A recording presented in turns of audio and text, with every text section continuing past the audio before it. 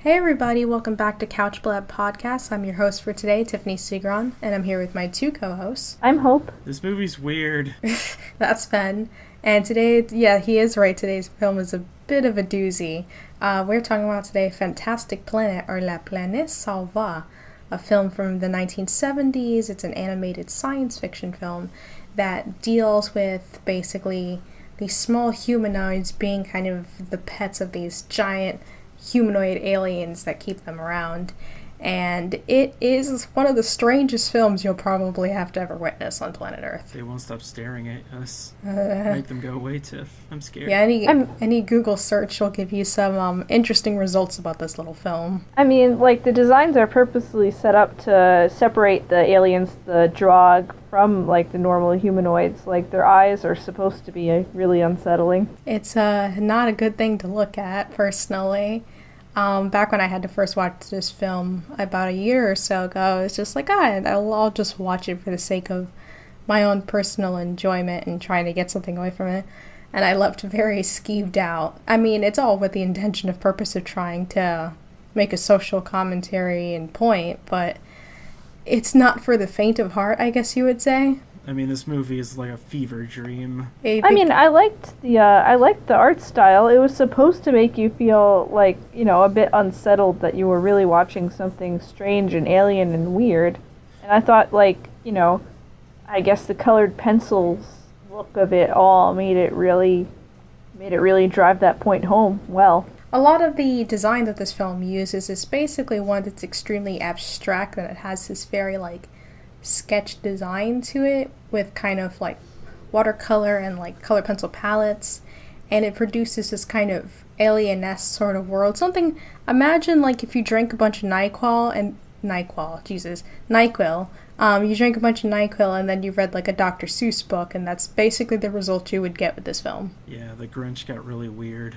So this film right over here deals with kind of a story between these two characters. One is the little human that they have. The Ohm. Yes, the called Ohm. on this planet. Yeah, named Tear. And so, wait, pause it. So this movie deals with basically on this fantastic planet, for a lack of better words. It deals with this kind of alien-esque world where there are two specific types of species, the Drags and the Ohms, or humans, basically. And so this little, Ohm and his mother basically are together. The Ohm mother gets killed, but they find the small baby that basically is abandoned, and it gets taken in by this family of Drags, and then one of his daughters, Tuya, basically starts to care for the boy, and as she continues to raise the boy and keep him around, he learns more about drag society. As he learns with the Drags, she would go into her room and basically learn through these, telekinetic speakers that basically look like giant headphones. Honey, are you listening to music while you're doing your homework again? Mom, I'm studying. She's just on Google Play instead of actually learning anything. But basically, as she's learning her lessons, the collars that they wear basically start to pick up the frequency instead. So he starts to learn as well as her, and that causes a bit of concern for the Tears, who want to try to put him back in his place, and he starts to realize the way that his species is being treated, kind of the inhumanity that comes with it, and then he gets inspired to try to get up and rebel and leave. So it's basically kind of an allegory for really any type of human rights situation that you might have been familiar with in history, just taken from a really different perspective, albeit a very strange yet effective one. I mean, yeah, it's pretty obvious that this movie is a pretty heavy allegory for racism, but with the whole treating terror as a pet to doing the whole regular genocide when the numbers get too large. It really was made to remark on racist practices at the time. Yeah, I mean, it was made I believe during '73, so there was definitely enough material to work with at the time. But I think that it's a really good example if you're trying to learn more about it. During the 70s was a really good time for animation where it started to get very experimentative, and this kind of hatched design that a lot of things use. They use it in Fritz the Cat, as well as the opening to Grease. It's got this very limited design, but it focuses more on style than animation for the most part. And that's definitely shown over here to make up for the fact that they don't really have the animation money to work with. It's very heavily stylized, and they kind of make use of it, and moments are very slow or paused instead of being your typical, like, animated wackiness. So it's definitely much on the left field for anybody that might have seen it. And even though, despite of that, I've still heard of some people, seeing this when they were a kid and just being generally freaked out. They got accidentally put in the video section for kids all the time. Oh yeah, I remember seeing that actually once when I was in New York. I was going through it and I was just like flipping through the different like VHS boxes back in when like Blockbuster and stuff was around. And I remember seeing like the one for Fantastic Planet, flipping over the box and seeing those cold, unblinking eyes, and I just put it back and immediately walked away. Technically, it's a moral that children should learn. I'd be up for showing it to kids. They'd be bored, but I'd love to show these to kids, not for actually any learning purposes. I just want to see the reaction. I just want to freak out my children, says Ben. I want them to suffer. Yeah, exactly. I mean, I wasn't really freaked out by it. I guess it all depends on how you're certainly not like heart. It's a really subtle unease. It's not anything heart stopping. I know it's just more along the lines of being weird and freaky. And if you show this obviously to a little kid, they'd probably be scared. I guess it kind of begs the whole question of like, using animation for a more social purpose rather than just simply like having the stigmatization of using it for kids, and I definitely think that's a good one. Most of kind of the eeriness of it's all on purpose. You get pretty much exactly what you pay for. It's all intentional, and it's done with the purpose of trying to show you of like the bigger, more oppressive power is, somewhat terrifying, but that shouldn't stop you from, trying to seek out your civil duty and, be yourself. At least half of it is. The other half is the thing that happens in all 70s movies, where 50% of the movie was the actual story and plot, and the other half was something that was in a hallucinated drug dream. I mean, you might as well... Because God knows this movie looks like the trailer to Zardoz. I mean, you might as well do that in animation, though, like some sort of Fantastic Corpse, because it's like, it'll look good, and why not get away with it in animation? I think it's a little disappointing. I would have liked to see more things animated in it, because there are some points in the movie where it's just like still frame. I'm like, okay, these are very nicely drawn, but like, can you like move or like turn your head or do something? Like, I understand those are very cold and blinking eyes, but it'd be nice to see them like, I mean, do perhaps something. If they moved too fluidly, it would take away some of the horror about them, That's true, but at the same time, some of their alienness.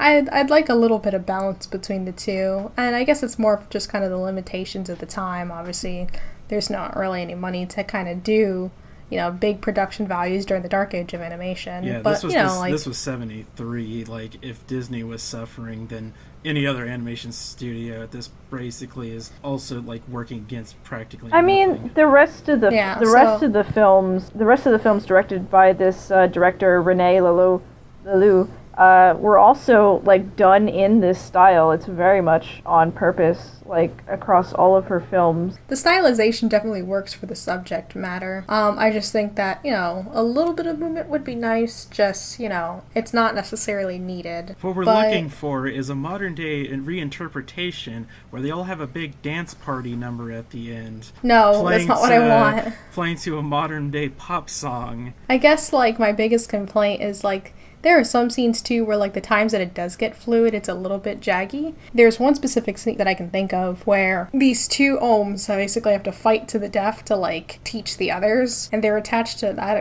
don't even know what it is. I'm assuming they're supposed to be horses, but they look like creatures that haunt your nightmares. And so they're attached and they have to, like, fight to the death with, like, sticks of these creatures and kill the other person. But, like, it's very, like, jaggedy frames while these things are trying to, for a lack of better words, attack each other. But I don't know, like, I'm just like, okay, situations like this where, like, this is a battle scene, something should be moving at least not fluidly, but like more than like maybe like 2 or 3 frames. Yeah, it is a bit hard to defend that animation when it's just so like stiff.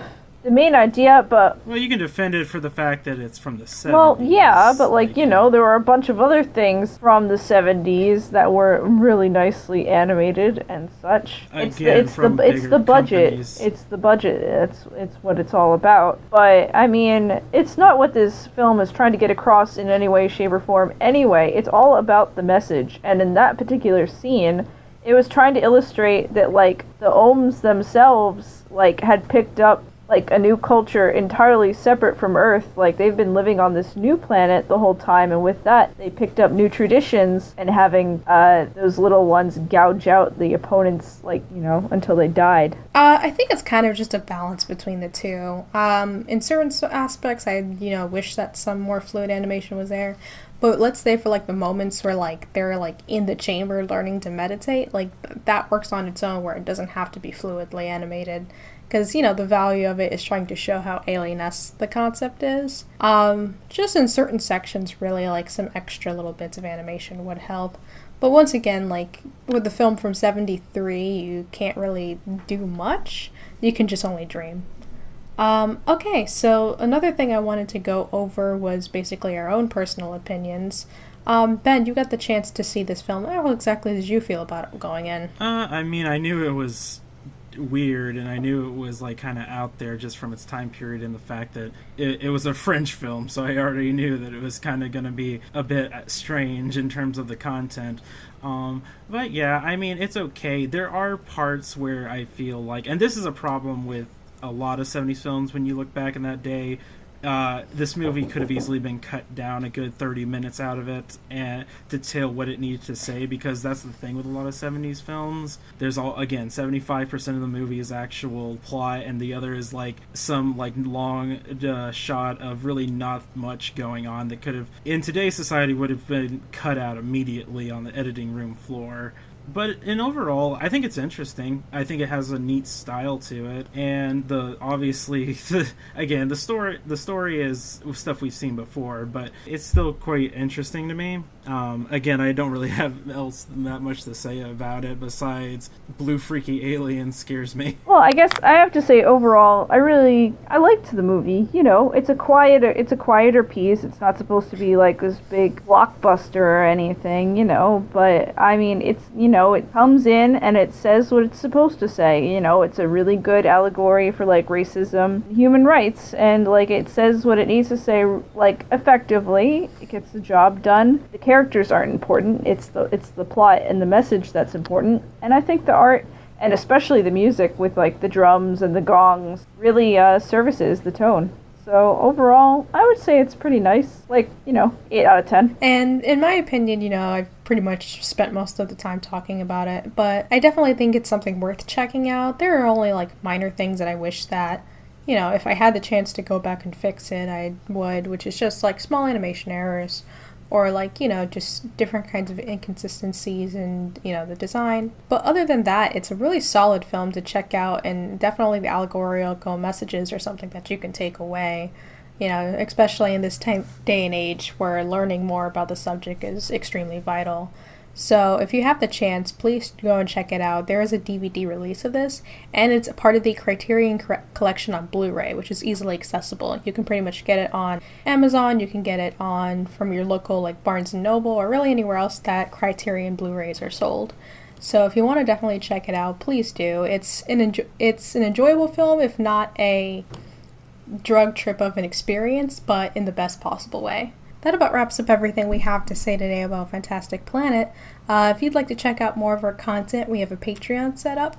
Over there you can check out our constant uploads, see our feed, and we also, if you're a Patreon subscriber, give you extra content and different types of commentary between both the three of us, and we'd love to have the chance to come out and meet you guys. So we also have a iTunes set up. You can hear it on your phone on the go, as well as a SoundCloud, and always we're going to be right here on our YouTube channel. All the links in the description below. I'm Tiffany, and thank you so much for coming to check us out. Have a good night, everybody. Bye. Bye.